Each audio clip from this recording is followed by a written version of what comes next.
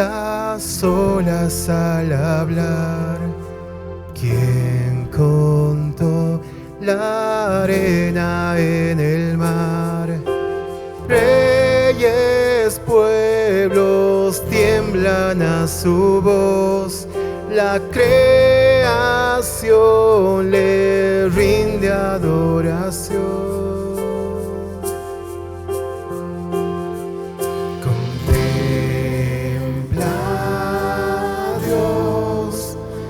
En su trono está, venid y adorarle. Contempla al Rey, nadie es como él. Venid y adorarle.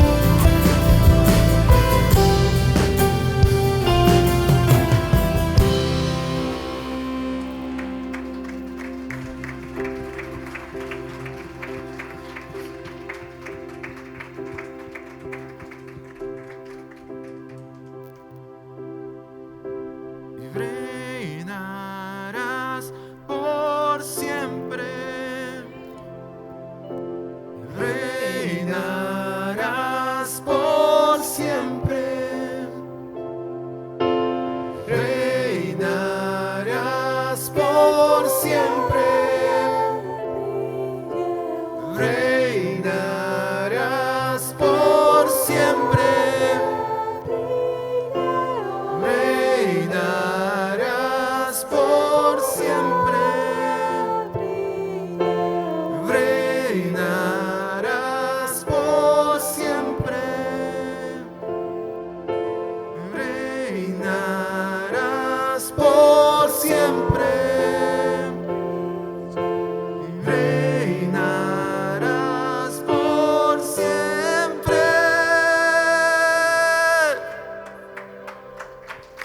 Amén. Buen día, hermanos. Una bendición estar juntos, compartir este tiempo de adoración al Señor y la palabra y la comunión de los santos.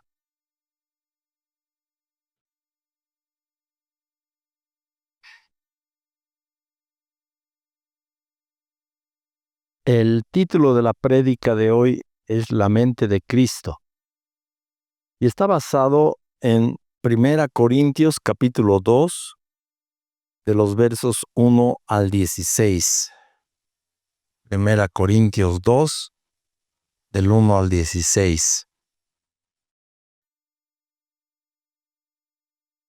Normalmente, al principio del párrafo están las palabras más importantes de las cuales se toma el título. En este caso es diferente. Las palabras principales están al final del párrafo, justamente en el último versículo 16, que dice: ¿Quién conoció la mente del Señor? ¿Quién le instruirá?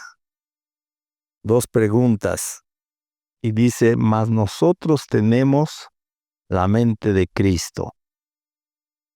Pero este versículo es la conclusión de todo lo que se expone antes, del verso 1 hasta este versículo 16.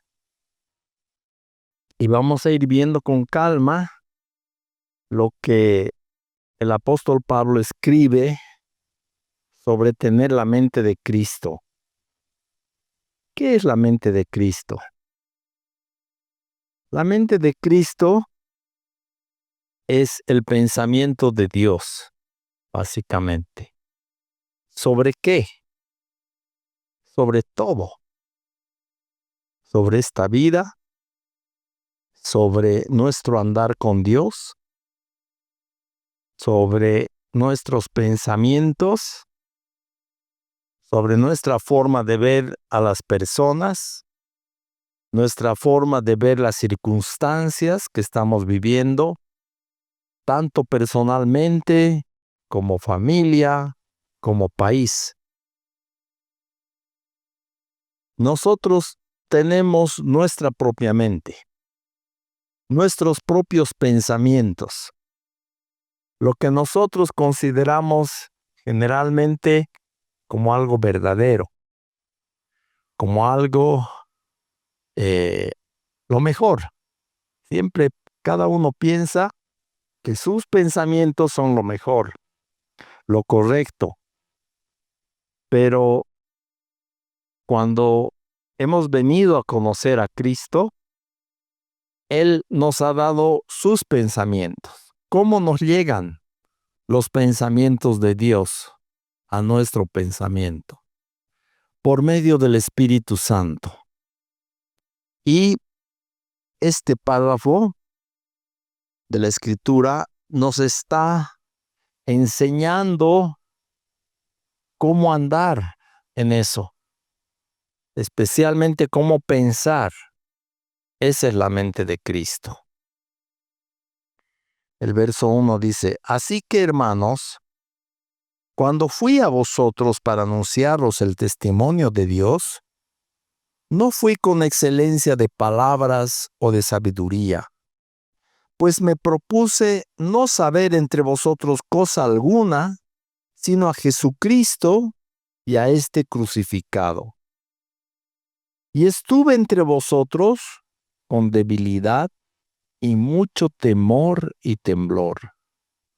Y ni mi palabra ni mi predicación fue con palabras persuasivas de humana sabiduría, sino con demostración del Espíritu y de poder, para que vuestra fe no esté fundada en la sabiduría de los hombres, sino en el poder de Dios. Estos primeros versículos del 1 al 5 nos muestran la actitud que Pablo tenía cuando iba a predicar. ¿Ya? Una actitud de humildad, debilidad, mucho temor y temblor. Ahora, mi pregunta es, ¿por qué Pablo tenía temor y temblor y debilidad? ¿Era por las personas? No era por las personas, era por Dios. Era su temor de Dios. Él se consideraba un instrumento que Dios podría utilizar para llevar su palabra, su verdad, y quería tener la actitud correcta delante de Dios para hablar. Entonces, esta debilidad, mucho temor y temblor, era delante de Dios. En Gálatas me parece que él dice, si yo vivo vivo en el temor del hombre, ya no sirvo a Dios. Ya no puedo servir a Dios si estoy tratando de agradar a los hombres. Así que no era delante de los hombres. No era una actitud humana realmente. Uno piensa, claro, Pablo va a entrar humilde, calladito, ¿no? Temeroso.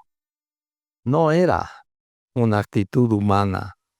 Era delante del Señor que Pablo estaba humillándose, quebrantándose. Y dice con demostración del Espíritu y de poder.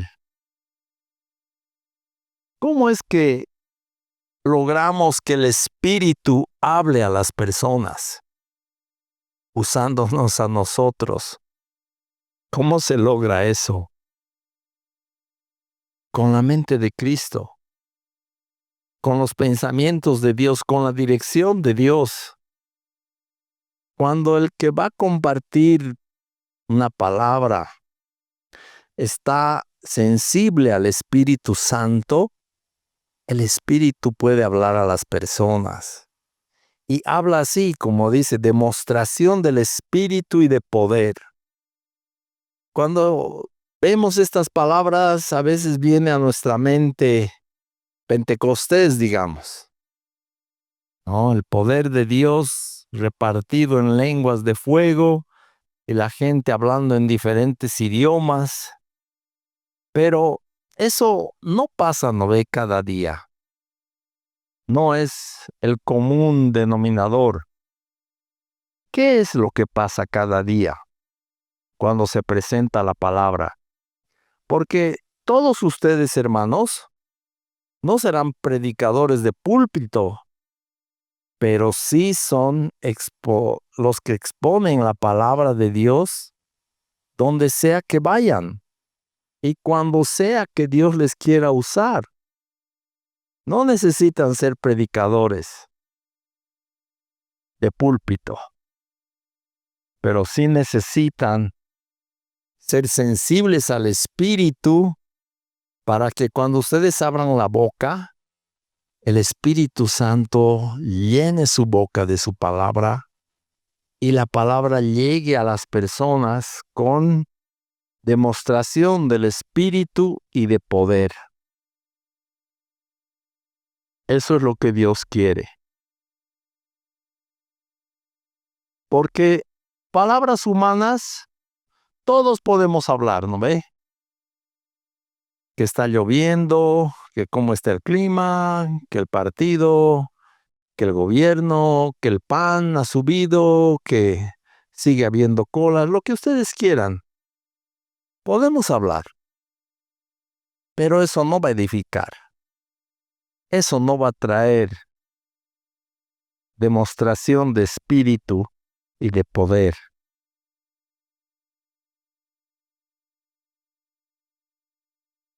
La demostración de espíritu y de poder es cuando el que abre su boca está ungido por Dios y habla las palabras de Dios.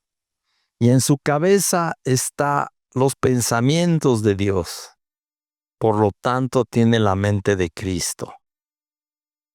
Entonces, el primer párrafo es la actitud en nuestro corazón para compartir la palabra.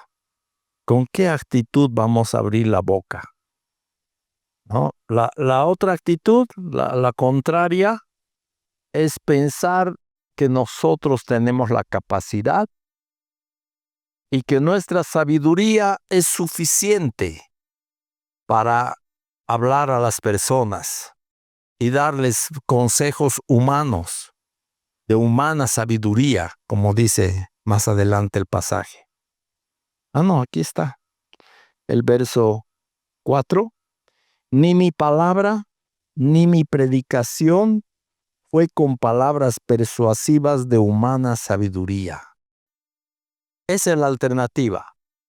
O hablas con el poder de Dios, o vas a hablar palabras de humana sabiduría. Y adivinen a quién glorifican las palabras de humana sabiduría. Yo soy el que sabe. Gloria a mí. No da gloria a Dios. Cuando hablamos la palabra de Dios, Dios es glorificado. Pero si hablamos nuestros pensamientos, estamos robando la gloria a Dios. Y no va a haber mover del Espíritu.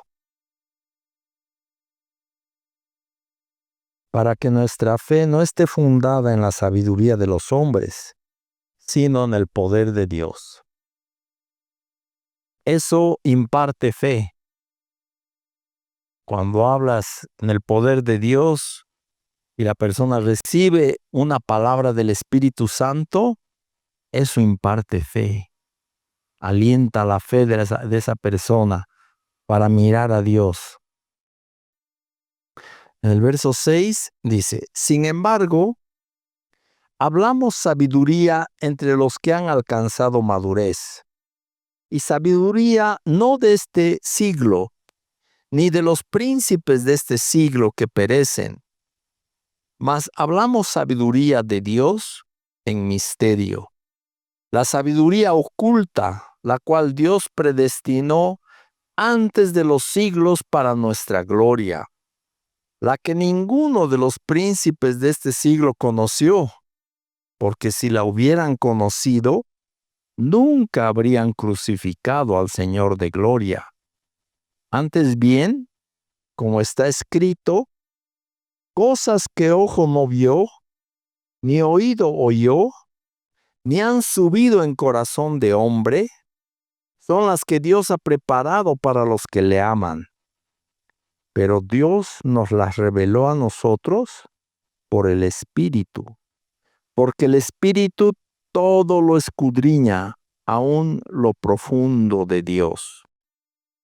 Porque, ¿quién de los hombres sabe las cosas del hombre, sino el Espíritu del hombre que está en él? Así tampoco nadie conoció las cosas de Dios, sino el Espíritu de Dios. Y nosotros no hemos recibido el Espíritu del mundo, sino el Espíritu que proviene de Dios, para que sepamos lo que Dios nos ha concedido. Lo cual también hablamos, no con palabras enseñadas por sabiduría humana, sino con las que enseña el Espíritu, acomodando lo espiritual a lo espiritual. Este párrafo, del verso 6 al verso 13, nos explica cómo es la sabiduría de Dios y por lo tanto cómo es la mente de Cristo. En la mente de Cristo está toda la sabiduría de Dios. Y el Señor no quiere quedarse con su sabiduría, porque Dios sabemos que Él es sabio, ¿no ve? Él tiene todo conocimiento, toda sabiduría. Él sabe todas las cosas. Pero si solamente hasta ahí llegara la voluntad de Dios, no recibiríamos nada. No tendríamos acceso a esa sabiduría de Dios. Sería solamente para Él. Pero ¿es así Dios? No, porque aquí estamos viendo que Dios quiere impartirnos su sabiduría. No se quiere quedar Él nomás con su sabiduría, sino que nos da a cada uno, nos da su sabiduría. Y veremos un poco las características de la sabiduría de Dios. Dice, hablamos sabiduría entre los que han alcanzado madurez. Y sabiduría no de este siglo, ni de los príncipes de este siglo que perecen. Hablamos sabiduría de Dios en misterio, la sabiduría oculta, la cual Dios predestinó antes de los siglos para nuestra gloria. A diferencia de la sabiduría humana, en esa época me imagino que estaban pensando en la sabiduría de los griegos, de los filósofos griegos, ¿no? Platón, Aristóteles, en fin, pensando en aquello que los hombres consideraban sabio, ¿no? Aún en nuestros días hay esa sabiduría, ¿no ve? Tú abres el Facebook, digamos, o TikTok, lo que fuera, y vas a encontrar los pensamientos de los hombres. Algunos parecen interesantes, cosas nuevas, ¿no? Cosas que podrían llamar nuestra atención, hasta quizás afectar nuestra forma de vivir. Pero todas esa sabiduría, la Biblia dice que perece, no es para siempre y no nos sirve para vida eterna. Es solamente para este mundo y ni siquiera es sabiduría verdadera, no de este siglo, ni de los príncipes de este siglo que perecen. Mas hablamos sabiduría de Dios en misterio, la sabiduría oculta, la cual Dios predestinó antes de los siglos para nuestra gloria. A ver, ¿cuándo es antes de los siglos? Es antes de la creación, antes de que haya tiempo. Dios predestinó esta sabiduría y a los demás les está oculta. Pero para nosotros está predestinada la sabiduría para llegar a nuestras vidas. Y el resultado de recibir esta sabiduría es nuestra gloria, dice la palabra. El resultado de recibir esta sabiduría, porque Dios la ha predestinado para eso, para nuestra gloria. ¿En qué consiste esta gloria? ¿Se refiere a que nosotros vamos a brillar como brilló Jesús en la transfiguración? ¿Se acuerdan? ¿Será que vamos a andar así por este mundo brillando? ¿Es algo físico?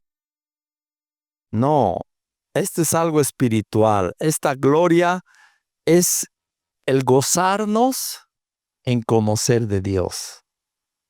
Gozarnos en conocerle a Él. Esa es la gloria del creyente. Dios nos habla y nos revela algo de Él y nos gozamos. De esa gloria está hablando. No es la gloria humana, creernos algo que no somos. ¿Qué somos? Pecadores perdonados a los cuales Dios ha querido revelarse. Esa es la gloria. La gloria viene de Él, no es nuestra. Pero Dios comparte su gloria con nosotros por medio de su sabiduría. Él no se la ha guardado, su sabiduría. La ha predestinado para que llegue a nosotros. ¿Qué significa predestinado? ¿Ah? Escoger antes de tiempo, predestinar. ¿Pero qué significa en la práctica? Dios sí ha escogido antes de tiempo, antes de que haya el tiempo, para que eso llegue a nosotros. Pero este predestinar es el obrar de Dios para que en algún momento lleguemos al conocimiento de Cristo, para que en algún momento entreguemos nuestra vida al Señor, y Dios ha hecho todo para que su sabiduría llegue hasta nuestros corazones. Si Dios no hiciera nada, no llegaría esa sabiduría. Pero Dios ha hecho todo para que nos llegue. Hasta lo que está pasando este día de hoy. Lo que está pasando este día de hoy, Dios te está revelando su sabiduría, o al menos te va a revelar o va a empezar a mostrarte más de Él, para que tú andes lleno de la sabiduría de Dios. ¿De cómo ha pasado esto? Cada uno de ustedes podría contar de cómo ha venido a Cristo. Y ahí tendríamos que reconocer que Dios ha obrado para que vengas a Cristo. Si no hubiera hecho el Señor esa labor, no le conoceríamos. Nadie viene a Dios por medio de sí mismo, sin la revelación del Espíritu de Dios. Nadie viene. No hay esa inquietud en el corazón humano. Más bien, nuestra inquietud es independizarnos de Dios. Cuando estamos viviendo en pecado, no quisiéramos que nadie nos perjudique. ¿Lo ve?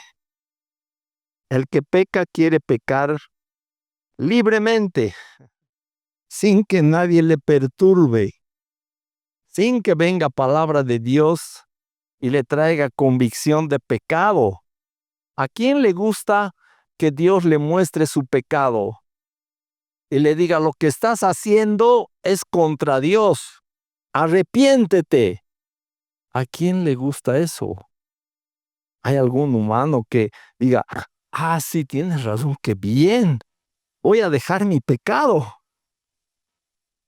voy a arrepentirme, voy a venir a Dios, voy a dejar el mundo?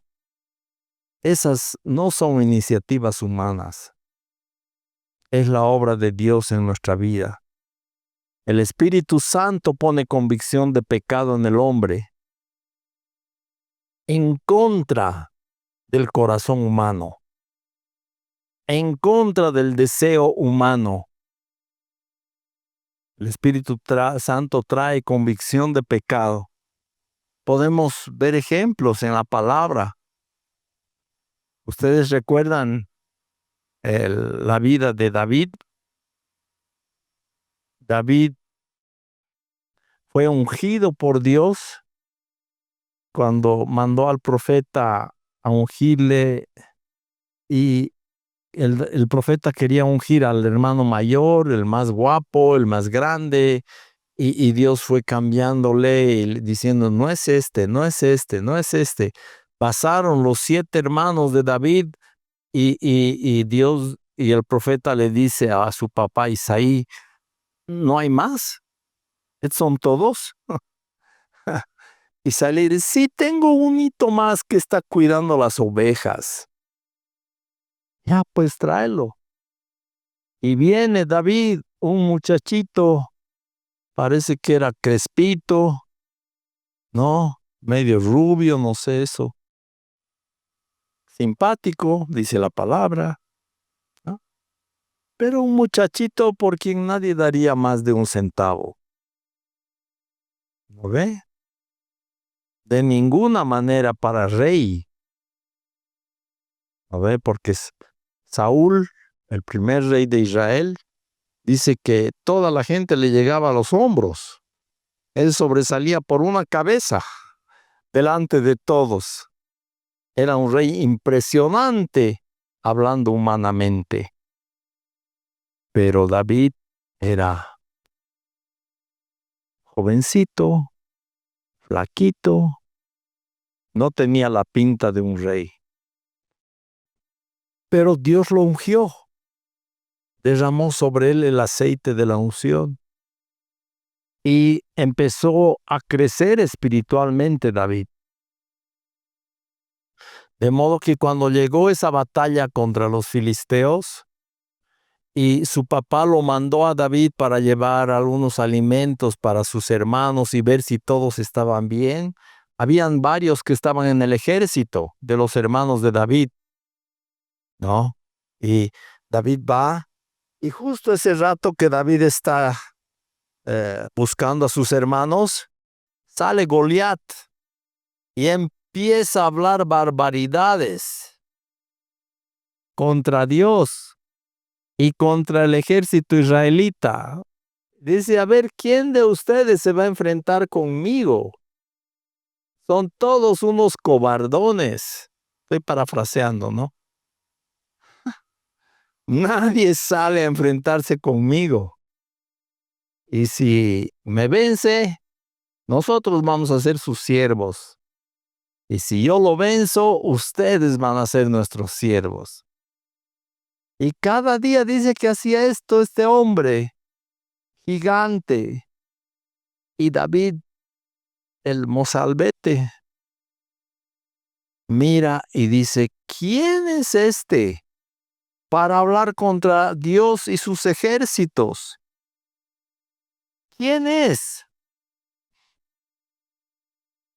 Dios tiene el poder para humillarlo.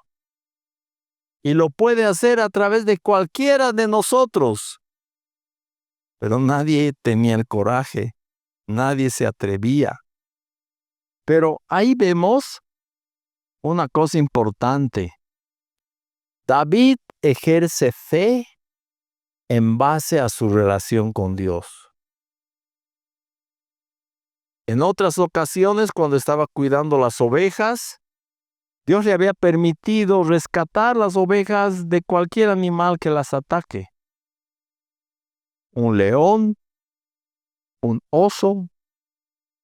Y nosotros, yo no sé, ¿qué harías tú si eres pastor de ovejas y viene un oso a robarte una oveja? ¿Qué harías?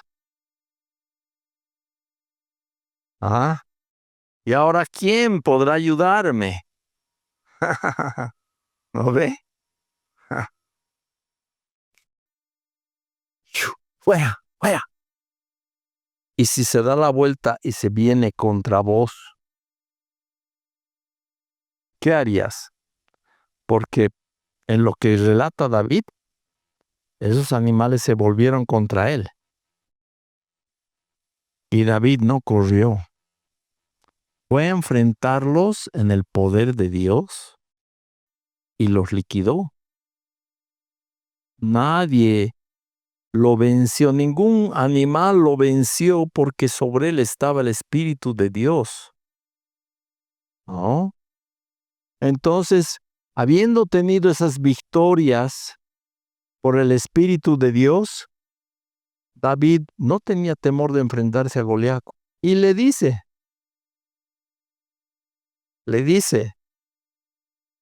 no, Goliat primero le dice, has venido a mí con palos y no sé qué. Yo voy a darte a comer a las aves y no sé qué. Y él le dice, Tú estás desafiando a Dios. Y yo vengo en el nombre de Dios para sacarte la mugre. Otra vez estoy parafraseando, ¿no ve? Y, y tú vas a ser como esos osos leones que se han enfrentado conmigo y Dios me ha dado la victoria. Tú no vas a ser diferente, ¿no? Y David le lanza una piedra en la frente que lo noquea y después le corta la cabeza con su propia espada. Y Dios da la victoria al pueblo de Israel por medio de ese jovencito que parecía que no mataba ni una mosca. ¿No ve? Entonces no es la apariencia externa, es el poder de Dios en la vida lo que puede cambiar las circunstancias. ¿Tú tienes circunstancias adversas? ¿Hay algún Goliat merodeando por ahí en tu vida que te hace temblar? A veces son deudas, problemas de salud, amenazas, estar sin trabajo. Cada uno tiene sus Goliaths a su medida, porque la palabra dice que Dios no va a permitir que seamos probados más de lo que podemos resistir y que con cada prueba nos va a mostrar la puerta de salida a su tiempo, pero Dios tiene siempre una puerta de salida. Dios siempre tiene. Pero ¿qué tenemos que hacer? Pararnos en fe, pararnos firmes y ver qué es lo que Dios quiere hacer en este problema, en esta circunstancia, con este gigante. ¿Qué está queriendo hacer Dios? ¿Por qué nos ha traído a esta situación? Ustedes saben que Dios prepara un cronograma de pruebas para nuestras vidas. En Romanos 8:18 dice, porque sabemos que el cronograma, las pruebas que vengan no son comparables con la gloria de Dios que en nosotros ha de manifestarse. ¿Dice eso o no? Romanos 8:18. Ajá. ¿Qué significa? No importa las pruebas, hermanos. La gloria de Dios es mayor en nosotros para vencer cualquier prueba. Nada nos puede parar el coche. Solamente nuestra falta de fe. Pensar que no podemos. ¿Se acuerdan cuando Dios sacó de Egipto a una multitud, como 1,000,000 de personas eran, y los trae a la tierra prometida en unos meses? Y llega el momento en que Dios les iba a introducir a esta tierra prometida. Solo que habían algunos pequeños conflictos, ¿no ve? ¿Se acuerdan? Ciudades amuralladas con gigantes adentro. Y los 2 espías entraron no en son de batalla, entraron a espiar, a mirar. El propósito de mandarlos era ver por dónde van a entrar, cuál es el lugar más débil de esas fortalezas para entrar por ahí. Ese era el propósito. Pero vuelven los 12 y 10 dan un mal reporte. ¿Cuál era el reporte de ellos? No vamos a poder con estos. Son hachas. Son grandes. nosotros mirándolos nos veíamos como gusanos, langostas, frente al saltamontes. No, no vamos a poder. No importa lo que Dios ha dicho, no vamos a poder entrar. A ver, ¿para qué los trajo Dios hasta ahí? Hay una canción, ¿no ve? Dios no nos trajo hasta aquí para volver atrás. Nos trajo hasta aquí para poseer la tierra que Él nos dio. Aunque gigantes acampen allí, ¿qué? Mi corazón no temerá. Esa fue la actitud de Josué y Caleb, los otros dos de los 12. Les dijeron, no lloren, porque el pueblo estaba llorando, ¿no ve? No lloren, no los vamos a comer como pan. Su amparo se ha apartado de ellos. Si había algún demonito por ahí que los fortalecía, ya no está. Ha ido de paseo. Dios lo ha mandado a otro lado. Pero con nosotros está Jehová de los ejércitos. Los vamos a sacudir, en otras palabras. No tengan miedo. Para eso nos ha traído Dios hasta aquí. Ahora, ¿alguien sabe cómo iba a hacer Dios eso? De darles la victoria sobre estas ciudades amuralladas y estos gigantes. ¿Alguien sabe cómo iba a ser Dios? Quizá les iba a poner anestesia a los gigantes. O como en Jericó iba a hacer caer las ciudades amuralladas, los muros. ¿Sabemos? ¿Por qué no sabemos? Porque no ocurrió. Porque ellos más pudieron los 10 espías que dieron el mal informe, el desaliento, más pudieron esos que los otros. Y después de llorar toda la noche, en la mañana Dios les dijo, va a ser como ustedes han dicho. Van a ir al desierto y ahí van a morir. No van a entrar. Y hablaron ellos de sus hijos, ¿no ve? Pobres nuestros hijos, los ha traído hasta aquí Dios para matarlos. Y Dios les dice, esos hijos van a entrar, pero ustedes no. La siguiente generación va a entrar. Y los saca al desierto a dar vueltas 40 años, hasta que se mueran. ¿Acaso Dios no los podía matar ese rato y ahorrarse 40 años? Es que Dios quería enseñarles una lección a ellos y que la siguiente generación también aprenda. La generación que se crió en el desierto, esos 40 años, esa fue la que entró. ¿Y por qué entraron?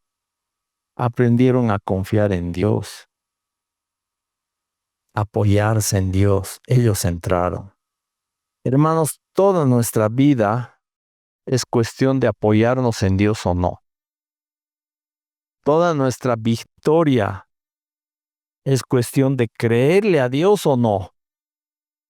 Y la batalla, el conflicto que está descrito en toda la Escritura es oírle a Dios o no. El Señor habla de los judíos, de cómo, ¿se acuerdan la anterior prédica? Se titulaba ¿Qué hace Dios frente a la idolatría? ¿Y cuál era la respuesta? ¿Qué hace Dios frente a la idolatría? Habla. Dios habla. Eso hace. ¿Y tiene efecto o no tiene efecto? Depende, pues, del que escucha. Si le oyes, Dios da la victoria. Si le oyes y le crees en tu corazón, ahí está la victoria. Y la queja de Dios es: todos andan en la imaginación de su malvado corazón. ¿Se acuerdan de Jeremías 18? Que el profeta les habla palabra de Dios a la gente. Dios le da las palabras. Dile esto a la gente. Y la gente responde. Jeremías 18:11. Ahora, pues, Dios le dice: habla luego a todo hombre de Judá y a los moradores de Jerusalén, diciendo: así ha dicho Jehová, he aquí que yo dispongo mal contra vosotros y trazo contra vosotros designios. Conviértanse ahora cada uno de su mal camino y mejore sus caminos y sus obras. ¿Cuál era este mal que Dios estaba disponiendo? No era chiste. No era que el dólar iba a subir. ¿Cuál era el mal? Iba a venir Nabucodonosor con todo su ejército, iba a tomar Jerusalén, iba a quemar todo, iba a destruir el templo y los iba a llevar cautivos a Babilonia. Ese era el mal que Dios estaba disponiendo. Y les advierte, todo el libro de Jeremías es advertencia. Arrepiéntanse, dejen su idolatría, vuelvan de su mal camino. ¿Escucharon? Y dijeron: es en vano, porque en pos de nuestros ídolos iremos y haremos cada uno el pensamiento de nuestro malvado corazón. ¡Qué respuesta! Haremos cada uno el pensamiento de nuestro malvado corazón. Reconociendo que su corazón era malvado y todavía siguen en ese camino para no obedecer a Dios. Ustedes saben lo que pasó, ¿no? Pasó todo eso. Todo ese plan que Dios estaba preparando se llevó a cabo. Y fue la hecatombe de Jerusalén y de Judá. Fue la hecatombe. Miles, si ustedes leen en Jeremías, el oficial de Nabucodonosor sacó miles de personas de Jerusalén, los principales, los príncipes, sus familias, los más capaces para gobernar, para la batalla, para todo, lo mejorcito. Y uno dice: pucha, ¿qué va a pasar con ellos, no? Seguramente Nabucodonosor tiene algún buen plan para estos. Lo llevaron y los ejecutaron. Miles. Es que cuando Dios quita su amparo, ni la frase Dios nos libre se puede usar. ¿No ve? Si Dios te desampara, ¿quién te va a librar? Les cuento que ni el Chavo del Ocho. No hay dónde. No hay dónde refugiarse. Si Dios levanta su protección de ti, ¡ay de ti! Anda, métete bajo la montaña y ora para que no se caiga en tu encima. No hay dónde escapar. Entonces, ¿cuán importante es, pues, tener la mente de Cristo? ¿Cuán importante es para no meternos en problemas y no andar en idolatría? Andar en idolatría no es solamente con ídolos físicos. Andar en idolatría es cuando estamos amando cualquier otra cosa más que a Dios. Y para nosotros puede parecer una cosa casual, ¿no? Sí, es que me ha gustado tal cosa o tal persona o tal situación y me estoy dando el gusto. Pero ¿qué dice Dios? ¿Y cómo lo ve Dios? Para Dios, amar otra cosa más que a Él es una traición. Es una traición. Y como cuando una pareja se casa con todas las ilusiones del caso y al poco tiempo, digamos, ella se entera que su marido le es infiel. ¿Cómo se siente? Devastada, destruida. Hay una aplicación, he visto así en el YouTube, creo que he visto, que ofrece a las personas el saber todo de alguna persona. No me acuerdo, se llama como investigar profundamente, algo así. Y puedes poner el nombre de cualquier persona y te lo investiga, es con inteligencia artificial. Y aparecen unas caras generalmente de mujeres llorando porque se han enterado de alguna barbaridad. ¿No ve? Dios conoce todos nuestros secretos, los más profundos, hasta nuestros pensamientos, hasta las intenciones de nuestro corazón, no podemos esconder de Dios. Y si vas a andar con un Dios que es 3 veces santo, ¿no crees que Dios requiere también santidad de ti? ¿Que Dios te va a permitir andar con un cristianismo a medias? ¿Que Dios te va a permitir pensamientos de iniquidad en tu corazón? ¿Que Dios va a andar con personas que su corazón está en el mundo? ¿Que no han aprendido a ser fieles a Dios? No, no. Por eso Dios quiere darnos la mente de Cristo, quiere cambiar nuestro corazón para que realmente seamos fieles a Dios. Eso quiere el Señor. Sabiduría oculta que Dios predestinó antes de los siglos para nuestra gloria, la que ninguno de los príncipes de este siglo conoció, porque si lo hubieran conocido nunca habrían crucificado al Señor de gloria. ¿Qué pasa cuando conocemos la sabiduría de Dios? Dejamos de pecar. ¿Me están escuchando?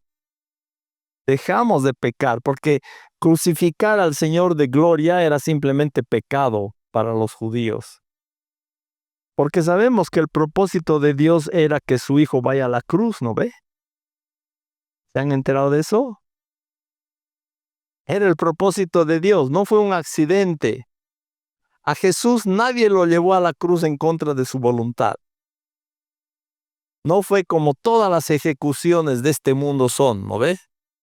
La fuerza policial agarra a la persona y lo lleva al cadalso, a lo que lo fusilen, a la cárcel, lo que fuere. En el caso de Jesús no fue así. ¿Se acuerdan en Getsemaní cuando vinieron a tomarlo preso? ¿A quién buscáis? A Jesús. Yo soy. Y todos se caen al suelo. ¿Han visto eso? ¿Por qué se caen? Porque estaban delante del yo soy. Y cuando pronuncia esas palabras, Jesús sale poder y los voltea. ¿Qué podía haber hecho Jesús ese rato? Escapar, pues, ¿no ve? Están en el suelo hasta que se paren. Jesús se podía escapar. No fue llevado por la fuerza del imperio romano. Fue por su propia voluntad. Él dice, tengo poder para tomar mi vida o ponerla. Y Él la pone. Va a la cruz por su propia voluntad.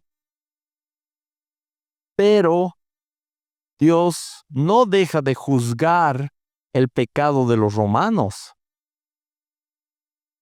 Igual era pecado. Y crucifican al Señor de gloria.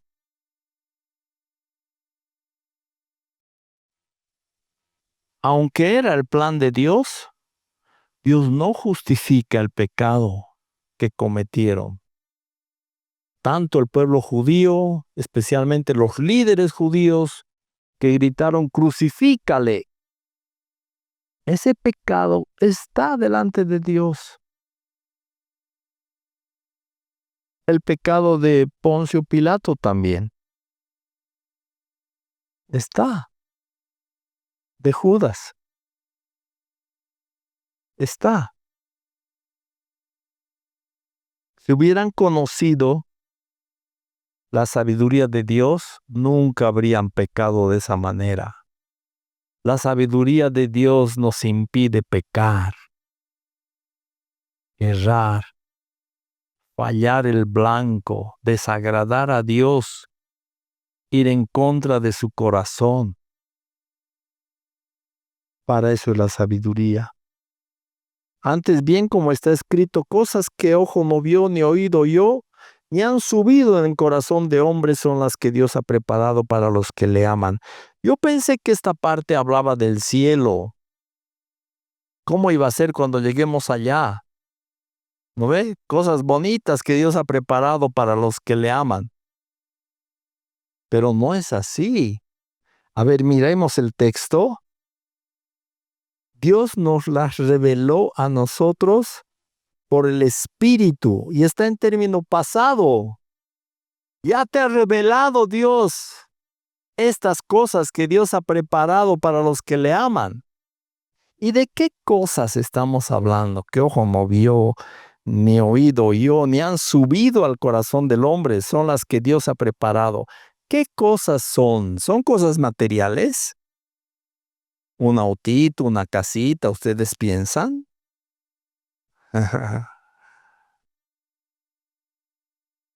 Son las cosas que Dios ha preparado para sus hijos. ¿Cómo qué? Por ejemplo, la salvación de Dios.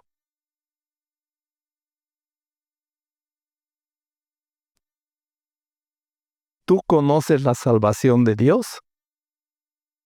Les voy a hacer una preguntita ya. Digamos que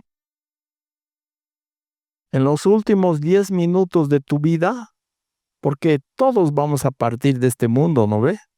Nadie tiene vida eterna aquí en esta tierra con este cuerpo. Este cuerpo está corrupto y para entrar allá necesitamos un cuerpo incorruptible, dice la palabra. Este cuerpito no va a entrar. Se va a quedar en la tumba. Dios nos va a dar un nuevo cuerpo glorificado para entrar, ¿no? Digamos que en los últimos 10 minutos de tu vida en este planeta, cometes algún error grave. Digamos que te enojas contra alguien que te ha hecho renegar y le gritas algunos insultos y le pateas. ¿Ya? Y te mueres. Te mueres. Y la pregunta es, ¿tú crees que vas a entrar al cielo?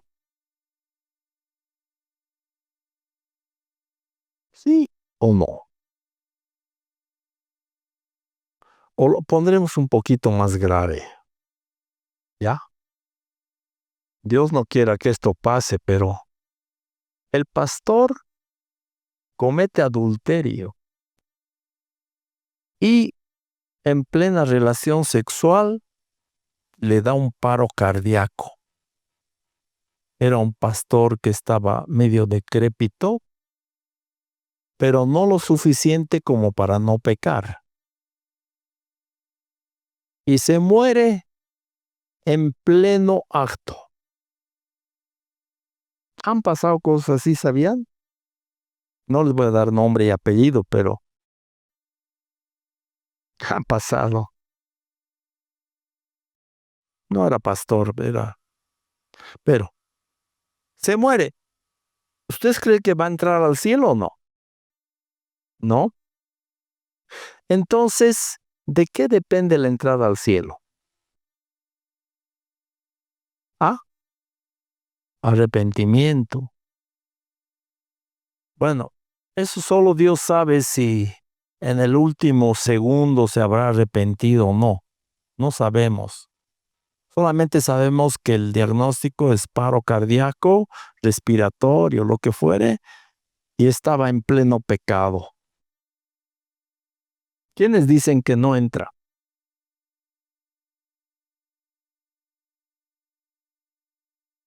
¿Quiénes dicen que entra? ¿Y los demás qué dicen?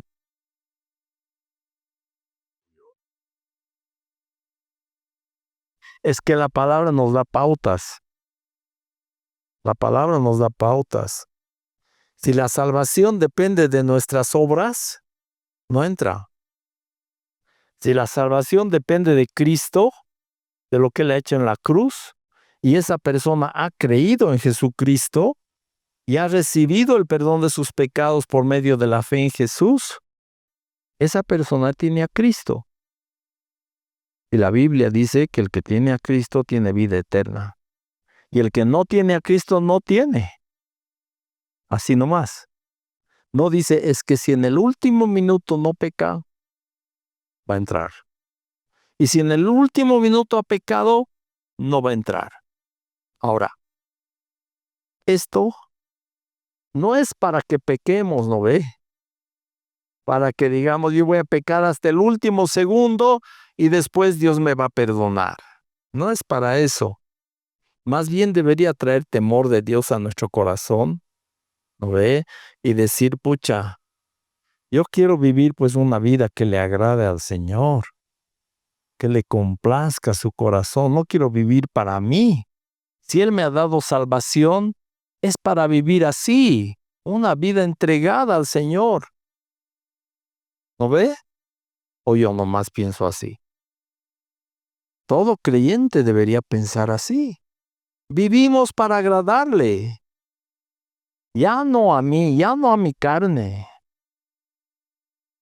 Y así, hermanos, escúchenme, es bien fácil decirle no al pecado. Es fácil decirle no a mi carne, no al mundo, no a mis pasiones porque amo a Dios, porque quiero agradarle a Él. Si has recibido la salvación de Dios con todos sus beneficios, no solamente nos ha perdonado pecados, sino que nos ha vestido con la justicia de Cristo para que podamos tener comunión íntima con Dios. ¿Estás teniendo comunión íntima con Dios cada día? Si no, estás desperdiciando la justicia de Dios que te ha dado para que estés con Él. Nos ha depositado en nuestra cuenta espiritual la justicia de Cristo para todo aquel que cree, para que andemos con Él. Entonces, hermanos, para eso la mente de Cristo es para andar con Dios.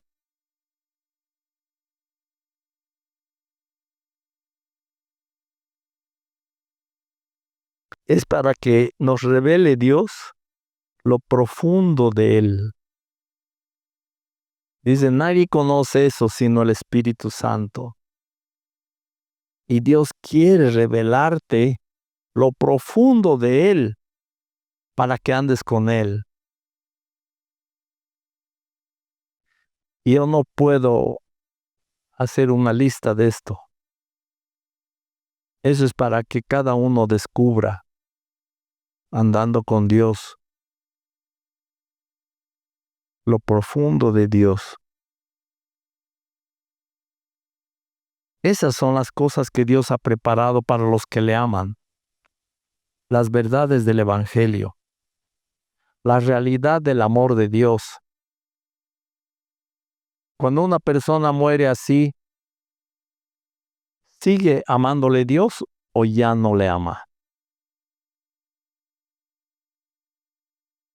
¿Sigue siendo hijo de Dios o ya no es hijo de Dios? La gracia, la misericordia de Dios siempre son mayores que nuestro pecado. Porque si no, nadie entraría, hermanos. Todos somos pecadores. Algunos estamos en el proceso de dejar el pecado, ¿no ve? Para vivir vidas agradables a Dios. Pero cuando nos pisan el callo, igual nomás pecamos. ¿No ve? Espero que no le pegues y le patees, pero nos molestamos, ¿no ve? Dependiendo cuán inflamado esté tu callo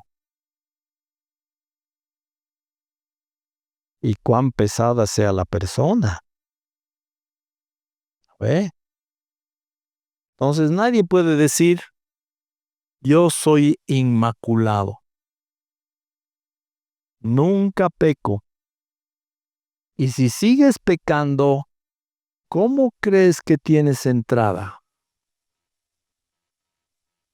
¿Cómo crees que tienes entrada? ¿Cómo crees que Dios te recibe? ¿Cómo crees que puedes hablar con Dios? Es verdad, la palabra dice que nos arrepintamos de cualquier pecado y Él es fiel y justo para perdonar nuestro pecado y limpiarnos de toda maldad. 1 Juan 1:9. Así es Dios.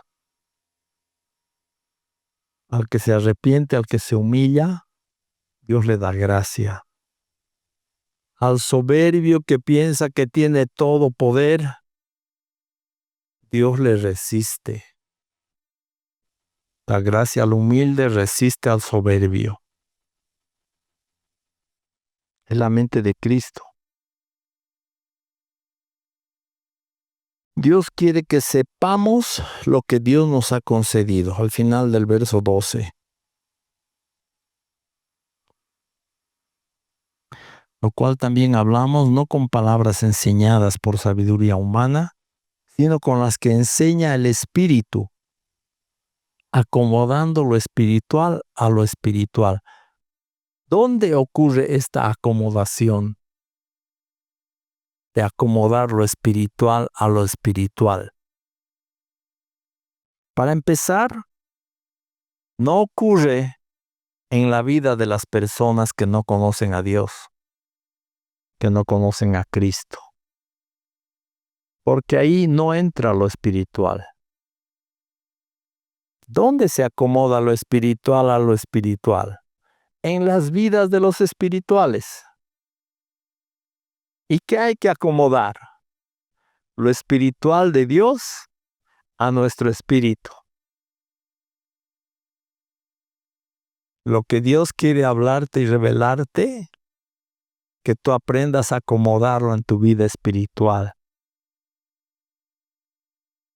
Esa acomodación es como preparar el lugar para que Dios habite en nosotros.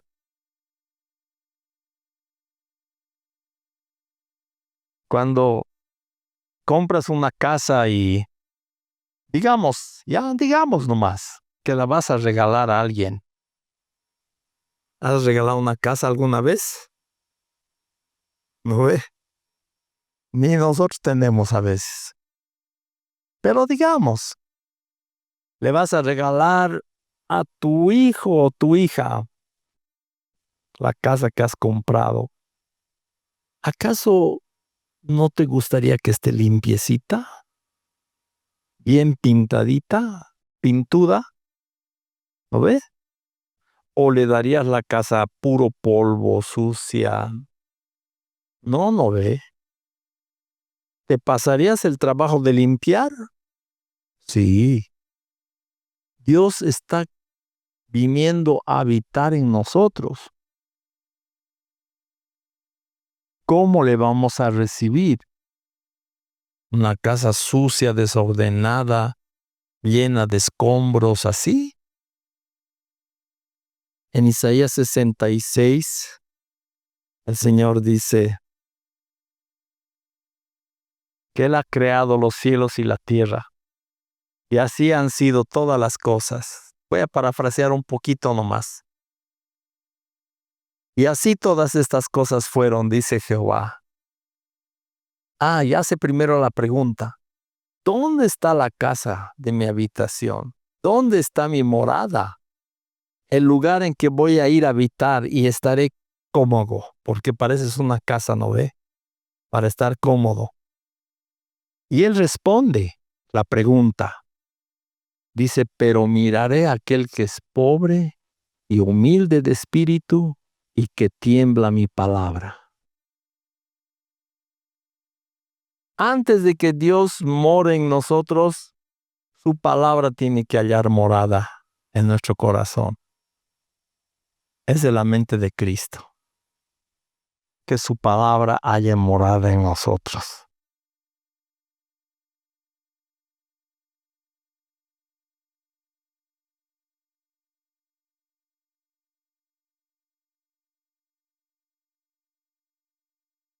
En Jeremías 11,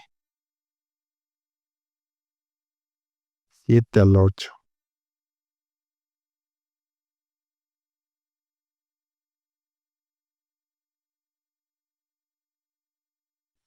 Es el reclamo de Dios cuando no lo escuchamos. Porque solemnemente protesté a vuestros padres el día que les hice subir de la tierra de Egipto, amonestándoles desde temprano y sin cesar hasta el día de hoy, diciendo, oíd mi voz, pero no oyeron, ni inclinaron su oído, antes se fueron cada uno tras la imaginación de su malvado corazón. Esa es la misma lucha hoy día, hermano. Hermana, ¿vas a oír a Dios o vas a ir tras la imaginación de tu malvado corazón? En Isaías 55, Dios habla de esto.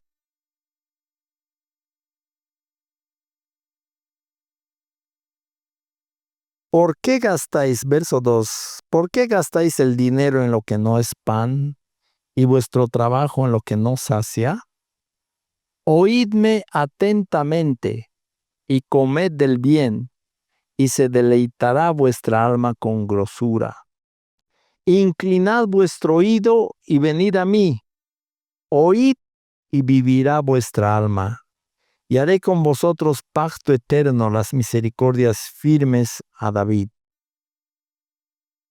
El asunto está en oírle versus nuestra imaginación, versus nuestros pensamientos, versus nuestra solución. Pero la pregunta es, ¿le vas a oír o vas a ir tras la imaginación de tu malvado corazón?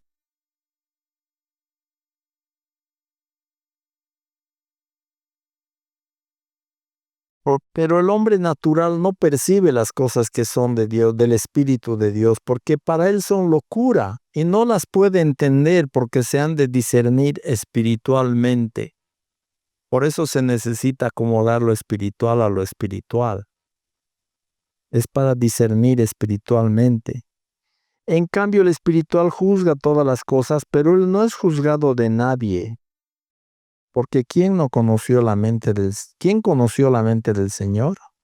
¿Quién le instruirá? O sea, ¿quién es el que juzga el corazón del creyente? Porque dice que no es juzgado de nadie. En cuanto a personas, pero hay uno que juzga, que es Dios. ¿No ve? Por eso dice, ¿quién conoció la mente del Señor?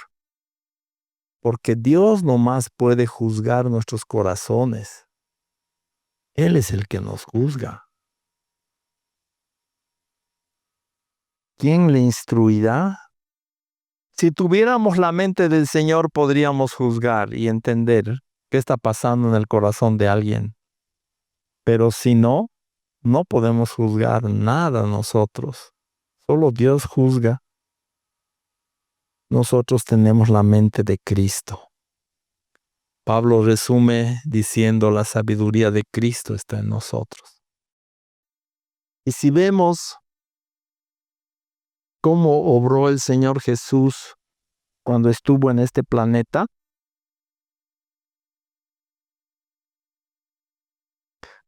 en Juan 6:38 al 40, Jesús dice, he descendido del cielo no para hacer mi voluntad, sino la voluntad del que me envió.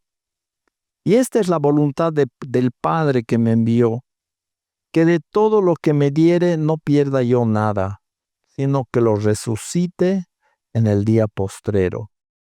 Y esta es la voluntad del que me ha enviado, que todo aquel que ve al Hijo y cree en Él tenga vida eterna, y yo le resucitaré en el día postrero. En Juan 5, 18 y 19 dice así, por esto los judíos aún más procuraban matarle, porque no solo quebrantaba el día de reposo, sino que también decía que Dios era su propio Padre, haciéndose igual a Dios. Respondió entonces Jesús y les dijo, de cierto os digo, no puede el Hijo hacer nada por sí mismo, sino lo que ve hacer al Padre. Porque todo lo que el Padre hace, también lo hace el Hijo igualmente. El Hijo no hacía nada, sino lo que veía al Padre hacer. Y también en las palabras en Juan 12, 49 y 50. Juan 12, porque yo no he hablado por mi propia cuenta. El Padre que me envió, Él me dio mandamiento de lo que he de decir y de lo que he de hablar. Y sé que su mandamiento es vida eterna. Así pues, lo que yo hablo, lo hablo como el Padre me lo ha dicho. Jesús no hablaba sus propias palabras. No hacía sus propias obras. Solo lo que veía al Padre hacer y hablaba lo que escuchaba del Padre. Queridos hermanos, esa es la voluntad de Dios para nosotros. Que no estemos pensando lo que es nuestro, sino lo que es de Dios. Para que hagamos lo que es de Dios y hablemos lo que es de Dios. No andemos en nuestros pensamientos. En Romanos capítulo 12, versos 1 al 3 dice, así que hermanos, os ruego por las misericordias de Dios que presentéis vuestros cuerpos en sacrificio vivo, santo, agradable a Dios, que es vuestro culto racional. No os conforméis a este siglo, a este tiempo quiere decir, sino transformaos por medio de la renovación de vuestro entendimiento. Esa es la mente de Cristo. Para que comprobéis cuál sea la buena voluntad de Dios agradable y perfecta. Digo pues, por la gracia que me es dada, a cada cual que está entre vosotros, que no tenga más alto concepto de sí que el que debe tener, sino que piense de sí con cordura, conforme a la medida de fe que Dios repartió a cada uno. En otras palabras, el tener la mente de Cristo no es para que nos enorgullezcamos y tengamos un concepto más alto de nosotros mismos que el que debemos tener. No es para inflarnos. Tener la mente de Cristo es para obedecer a Dios y dar gloria a Dios con nuestra vida. Y termino con esta escritura. Isaías 26, 3 al 4. Dice así, verso 3. Tú guardarás en completa paz a aquel cuyo pensamiento en ti persevera, porque en ti ha confiado. Confiad en Jehová perpetuamente, porque en Jehová el Señor está la fortaleza de los siglos. Qué linda promesa. Él va a guardar en completa paz a aquel cuyo pensamiento persevera en Dios. Después dice, confíen en Dios. Bueno, la primera parte, porque en ti ha confiado. Él nos guarda en completa paz porque estamos confiando en Él. No es porque tenemos la solución. No es porque tengo cuenta en el banco. No es porque tengo un buen trabajo. Es porque estoy confiando en Él, que Él guarda mi corazón en paz. Y después dice, confiad en Jehová perpetuamente. No es asunto de un rato. Es una confianza perpetua la que debemos tener en Dios, para siempre. Porque en Jehová el Señor está la fortaleza de los siglos. ¿Por qué debemos confiar en Él? Porque Él es todopoderoso. En Él está la fortaleza de los siglos. De todos los tiempos, Dios no cambia. ¿Te has dado cuenta que el sol sigue ahí? ¿Y que no ha cambiado su temperatura? ¿Sabes que si subiera o bajara a 10 grados, o nos cocinaríamos o nos congelaríamos? ¿Y quién sostiene al sol? ¿De dónde saca su energía? ¿Quién paga la factura del sol? Dios sustenta todas las cosas con la palabra de su poder. En Él está la fortaleza de los siglos. Podemos confiar en el Señor con todo nuestro corazón. Amén. Vamos a ponernos en pie. Señor, te damos gracias por tu palabra, que es aliento para nuestra vida. Oramos, Señor, para que tú nos des la mente de Cristo. Nos enseñes a pensar en ti, a confiar en ti, a apoyarnos en ti de todo nuestro corazón. Oramos, Señor, que nuestras vidas te glorifiquen a ti. Oramos que te reveles a cada uno de nuestros corazones para que nuestra vida sea agradable delante de ti. Glorifícate, Señor, en tu palabra, en nuestras vidas. Revélanos tu sabiduría, aún lo oculto que nadie ha conocido. Tú nos las has revelado a nosotros por el Espíritu. Revela esto a nuestros corazones, Señor, de modo que te seamos agradables, aún en nuestros pensamientos, aún en los deseos de nuestro corazón. Tú te puedas complacer con hijos obedientes, con hijos que buscan agradarte a ti. Gracias, Señor, por tu palabra, por hablarnos. Todo honor y toda gloria es para ti. Tú eres el autor de esta gran salvación. Te damos a ti todo honor y toda gloria. Amén. Amén.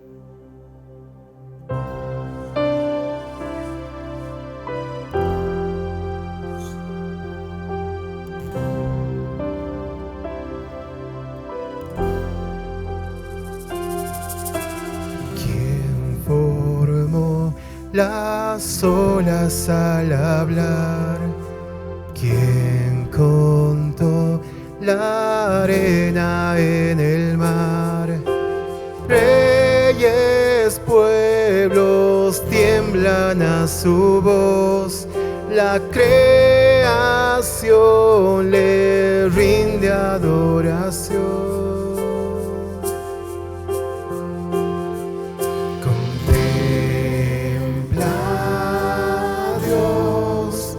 En su trono está, venid y adorarle.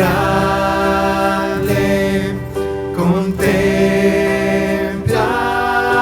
al Rey, nadie es como él, venid y adorarle.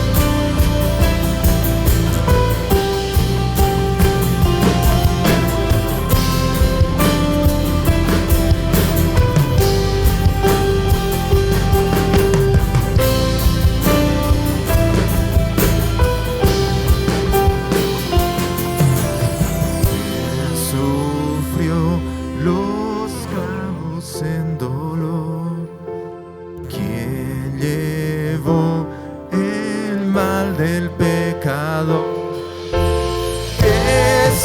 Jesucristo, humilde al perecer, ha triunfado y reina con poder. ¡Vive y reina!